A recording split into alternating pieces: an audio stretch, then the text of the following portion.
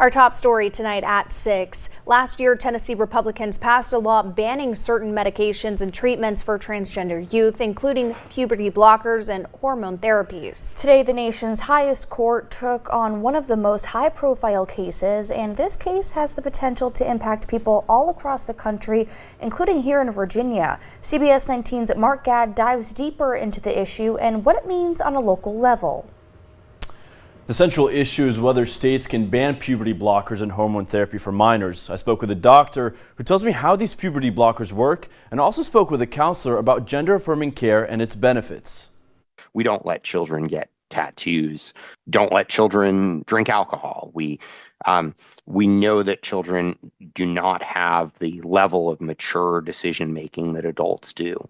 Dr. Jared Ross is a board-certified physician and senior fellow at Do No Harm, an organization made up of doctors, patients, and policymakers who say they're protecting minors from what they call radical gender ideology. We have a degradation of mental health, and we have activist providers and physicians who are selling this silver bullet, who say, just change your name, change your pronouns, change your clothing, take these harmless puberty blockers to buy time.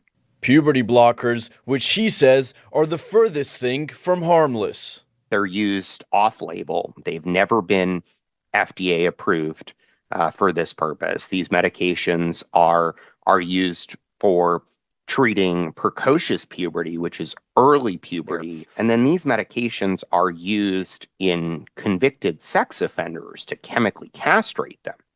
Do No Harm says these children experiencing gender dysphoria are going through real issues, but what they need is supportive talk therapy that protects them from making permanent, lifelong decisions. Instead, we've had our medical system and, to a larger extent, our mental health system into this affirming model. While Ross isn't convinced by the gender-affirming model, CBS 19 spoke to a therapist with a Charlottesville-based provider who says this type of care is well-suited to helping kids work through their feelings and concerns. We provide a safe space for them to explore and express their feelings while providing affirmation and validation of their feelings as well.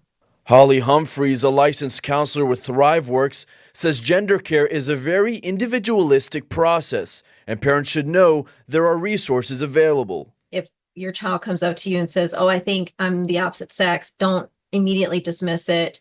Don't do a blanket statement. No, you are this gender. You must play with these toys. It's very fluid. It's a spectrum. On a local level, we got a statement from UVA Health about its policies to gender-affirming care for minors. They offer services for youth ages 11 to 25, and that includes mental health care. The statement goes on to say, for patients under 18, we require consent for medical treatment from the patient's parents or legal guardians and a gender dysphoria diagnosis by a licensed, experienced mental health care provider.